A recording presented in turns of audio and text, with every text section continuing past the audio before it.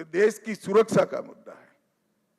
मित्रों, जब भारतीय जनता पार्टी प्रचंड विजय होती है तो पानीहाटी की प्रत्याशी श्रीमती रत्ना देवनाथ वो हमारी प्रत्याशी बनकर बंगाल भर में माताओं बहनों पर जो अत्याचार हुआ है वो अत्याचार का प्रतीक बनकर सभी माताओं बहनों को एक प्रकार से ढाढ़स बना। हिगलगंज की प्रत्याशी बहन रेखा पात्रा संदेश खाली के अत्याचार के सामने सत्याग्रह की प्रतीक, और ओसग्राम की प्रत्याशी कलिता माझी वो बंगाल के, कलिता जी के लिए ताली बजाओ जरा, बंगाल के दारुण से दारुण गरीबी में जी रही सभी बहनों के लिए एक आशा का बिंदु है कि हमारा भी प्रतिनिधि विधानसभा में बैठ जाते हैं। बंकिम बाबू के परिवार से भी बहन सुमित्रा चट्टोपाध्याय जी भी आज हमारे साथ जुड़ी हैं। और मित्रों, सबसे बड़ा बात यह है, सुमित्रा चट्टोपाध्याय जी खड़े हैं यहां पर, सबसे बड़ा बात यह है कि वंदे मातरम जो सांस्कृतिक राष्ट्रवाद की बंकिम बाबू ने की हुई उद्घोषणा थी, इसके 150वें साल में ही हमें ईश्वर ने बंकिम बाबू की भूमि पर सरकार बनाने का मौका दिया है। ये बहुत बड़ी बात है मित्रों, और ये शांतिपूर्ण चुनाव आने वाले दिनों में बंगाल के लिए शुभांकर साबित होने वाला है। मैं आज इस मंच से सभी दलों को भी अपील करना चाहता हूं, आइए हम सब साथ में मिले। लोकतंत्र ये मत की अभिव्यक्ति का उत्सव है, इसमें हिंसा कहां से हो सकती है? देश के सभी राज्यों में हिंसा समाप्त हो चुकी है, और भारतीय जनता पार्टी की विशेष जिम्मेदारी है, साथ में सभी दलों का सहयोग भी चाहिए कि ये सरकार बनने के बाद किसी भी चुनाव में घपलेबाजी और हिंसा का समाचार देश भर में पहुंचे नहीं। ये हमारी जिम्मेदारी है मित्रों, और इसी के लिए हमें मैंडेट मिला है। हमें इसके लिए दृढ़ संकल्पित होना पड़ेगा। भारतीय जनता पार्टी के कार्यकर्ताओं की एक धैर्यपूर्ण साधना के कारण ही आज ये सिद्धि भारतीय जनता पार्टी को प्राप्त हुई है।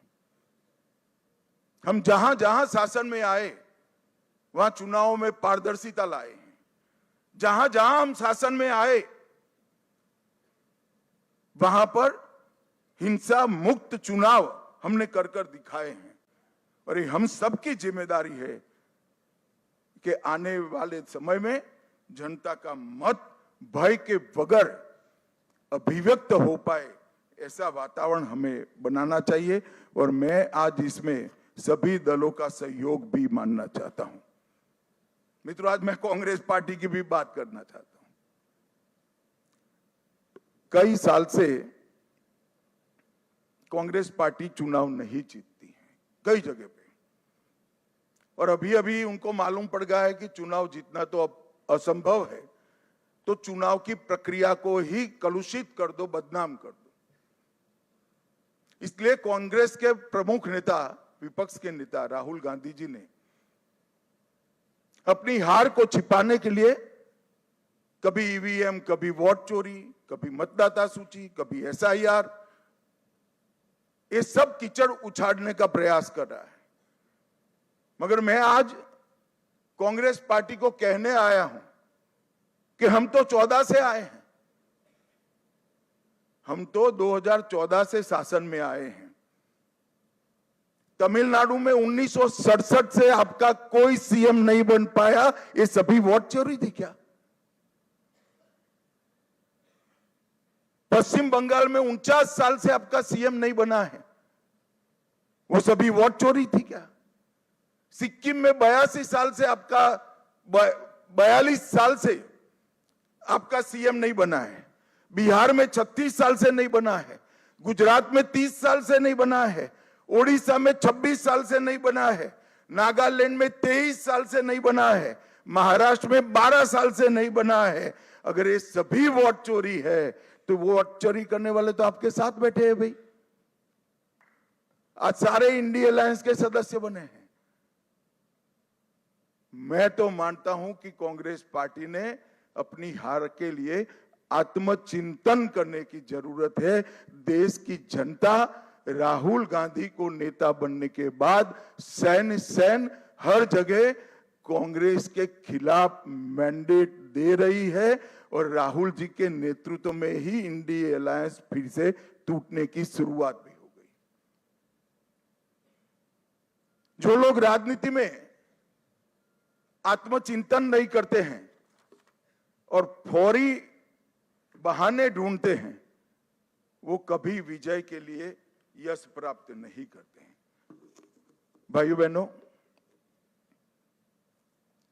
आज का विजय पूरे पूर्वी भारत के लिए बहुत महत्वपूर्ण। 2014 में प्रधानमंत्री जी ने कहा था कि पश्चिम और पूर्व दोनों का विकास एक समान होना चाहिए, और आज अंग बंग कलिंग और असम एक प्रकार से पूरी बंगाल प्रेसिडेंसी आज भारतीय जनता पार्टी के ध्वज के नीचे आ गई। और जिन लोगों ने पूर्वी भारत को विकास से महरूम रखा, उनको सत्ता से बेदखल करने का काम पूरे पूर्वी भारत ने किया है। मैं बंगाल की बात करूं तो बंगाल में ममता जी के 15 साल में एडमिनिस्ट्रेशन का पूरा राजनीतिकरण हो गया। सारे एडमिनिस्ट्रेशन के प्रमुख अंग उपांग राजनीतिकरण हो गए उनका, और राजनीति का अपराधीकरण कर दिया। तो एक प्रकार से पूरे बंगाल में सुशासन आए ऐसी व्यवस्था ही नहीं। मैं फिर से दोहराना चाहता हूं, ममता जी के शासन में एडमिनिस्ट्रेशन का राजनीतिकरण हुआ और राजनीति का अपराधीकरण हुआ। अपराधी ही राजनेता बन गए, तो विकास की कोई गुंजाइश ही नहीं बनी। मैं आज भारतीय जनता पार्टी की ओर से बंगाल की जनता को विश्वास दिलाना चाहता हूं, भाजपा के शासन में न एडमिनिस्ट्रेशन का राजनीतिकरण होगा, न राजनीति का अपराधीकरण होगा। ये हमारा बंगाल की जनता को वादा है। गुंडागर्दी, हिंसा, सिंडिकेट